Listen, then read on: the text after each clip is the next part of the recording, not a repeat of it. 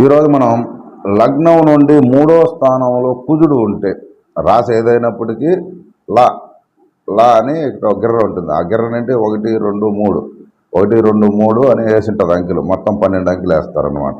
ఆ 12 అంకెల్లో 3లో కుజుడు ఉంటే వీర్యము, సామర్థ్యము, ధారాళమైన గుణము, దేనినైనా సాధించే స్వభావము, మనోదృఢము, మంచి నడవడిక, డబ్బు వసతి, పెద్ద వసతి కలిగిన స్థితి, సహోదరుల దోషము, అసంతృప్తి కలిగిన భార్య, తల్లికి కష్టములు కలిగించు స్వభావము, ఇవన్నీ ఉంటాయన్నమాట.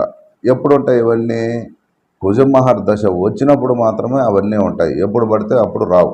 ఒకవేళ యుక్త వయసులో 20 నుండి అట్లా కుజమహర్దశ వచ్చింది, ఒక 7 సంవత్సరాల కుజమహర్ దశ, చాలా ఏం ఉండదు. అది అంతర్భుక్తుల్లో కూడా జరిగే అవకాశాలు ఉంటాయి.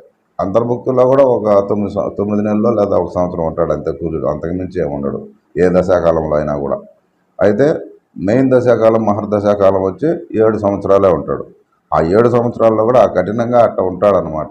కాబట్టి ఆ దశ వచ్చినప్పుడు మాత్రం ఈ ఫలితం అనేది ఉంటుందని మనం తెలుసుకోవాలి.